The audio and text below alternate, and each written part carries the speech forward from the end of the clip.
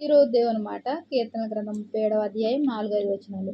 యెహోవాను బట్టి సంతోషించుము, ఆయన నీ హృదయ వాంఛలను తీర్చును. నీ మార్గం యెహోవాకు అప్పగింపుము, నీవు ఆయనను నమ్ముకొనుము, ఆయన నీ కార్యం నెరవేర్చును. యెహోవాను బట్టి మనము ఎలా ఉండాలి? సంతోషించాలి. ఎందుకు సంతోషించాలి? మనం మనుషులు నమ్ముకుంటాము, వారు ఏదైనా సహాయం చేస్తారు అంటే ఎంతగానో సంతోషిస్తాం, ఎంతగానో సంబరాలు చేసుకుంటాం, ఎంతగానో గంతులు వేస్తాం. మరి నిన్ను సృష్టించిన సృష్టికర్త నీకు తోడుగా ఉంటే నువ్వేం చేయాలి?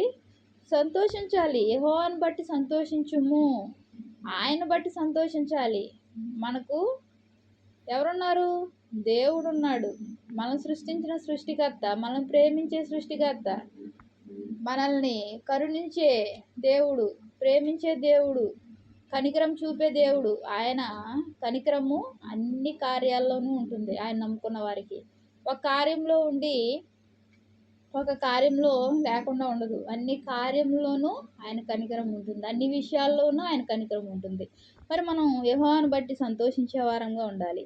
ఆయన నీ హృదయ వాంఛలను తీర్చును. ప్రియమైన సహోదరి సహోదరులారా, నీ హృదయంలో ఏ వాంఛ అయితే ఉందో, ఏ ఒక వాంఛతో నువ్వు దేవుని సన్నిధిలో బ్రతిమలాడుతున్నావో, దేవుణ్ణి అడుగుతున్నావో, దేవుని వెతుకుతున్నావో, దేవుడు ఏం చేస్తాడు?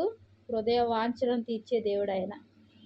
ఎందుకంటే ఆయనను నమ్ముకొని ఆయన మీద ఆధారపడిన వారికి దేవుడు తోడుగా ఉంటాడు, సంతోషింపజేసే దేవుడు ఆయన.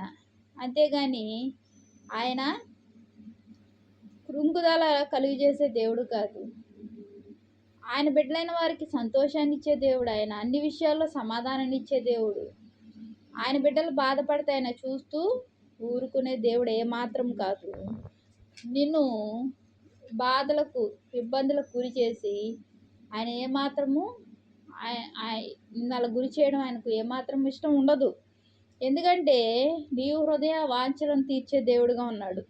నీ మార్గమును యెహోవాకు అప్పగింపుము. మరి మనం ఏం చేయాలి? మన మార్గము దేవునికి అప్పగించాలి. నీవు ఆయన నమ్ముకొనుము, ఆయన నీ కార్యము నెరవేర్చును. మనం దేవుని నమ్ముకొని ఆయన వైపు చూస్తే మన కార్యం ఆయన నెరవేర్చే దేవుడుగా ఉన్నాడు, గొప్ప కార్యాలు చేసే దేవుడుగా ఉన్నాడు, సంతోష సమాధానాలు ఇచ్చే దేవుడుగా ఉన్నాడు. కృంగుదల, వేదన, కన్నీరు ఏది మన దరిదాపులోకి రానిచ్చే దేవుడు కాదు. ఎందుకంటే బలమైన దేవుడు మనతో ఉన్నాడు, మనలో ఉన్నాడు, మన త్రోవలో ఉంటున్నాడు, మన రాకపోకల్లో ఉంటున్నాడు. అన్ని విషయాల్లో అన్ని వేళల్లో మనకు దేవుడుగా ఉంటున్నాడు ఆయన.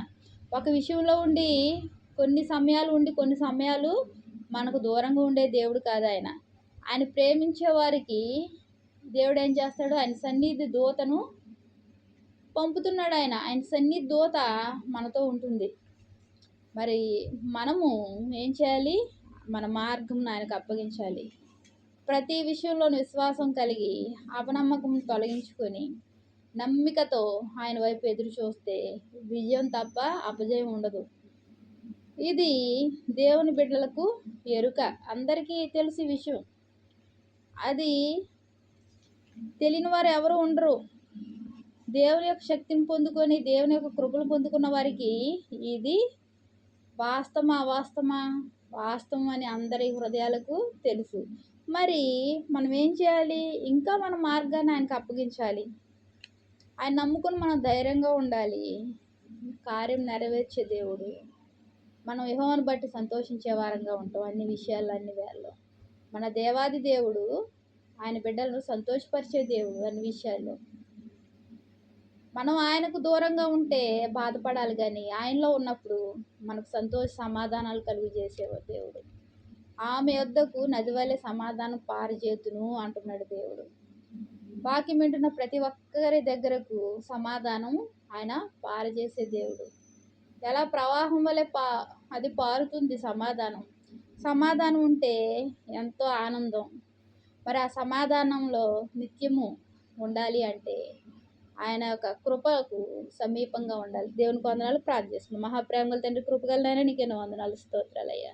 నిన్ను బట్టి సంతోషించే వారంగా మమ్మల్ని చేసినందుకు వందనాలు చెల్లించుకుంటున్నానయ్యా. మా వాంఛలు తీరుస్తూ మా మార్గాలు నీకు అప్పగించినప్పుడు ప్రభు నాయనా యేసయ్యా, నిన్ను నమ్ముకొని ధైర్యంగా నీ వైపు చూస్తే ప్రభు కార్యం నెరవేర్చే దేవుడుగా ఉన్నావయ్యా. కృపగల వాక్యం వింటున్న ప్రతి ఒక్కరిని ఆశీర్వదించండి, దీవించండి. హృదయ వాంఛలను తీరుస్తున్నందుకు వందనాలు చెల్లించుకుంటున్నాను. ప్రతి ఒక్కరి కుటుంబ సభ్యులను ఆశీర్వించి దీవించి నీ దీవులతో నింపండి అయ్యా. నీకెన్నో వందనాలు స్తోత్రాలు చెల్లించుకుంటూ నా ప్రభుని ప్రియరక్షకుడు యేసుక్రీస్తు వారి నామంలో అతి వినయంగా బ్రతిమలాడి వేడుకుంటున్నాను తండ్రి. ఆమేన్.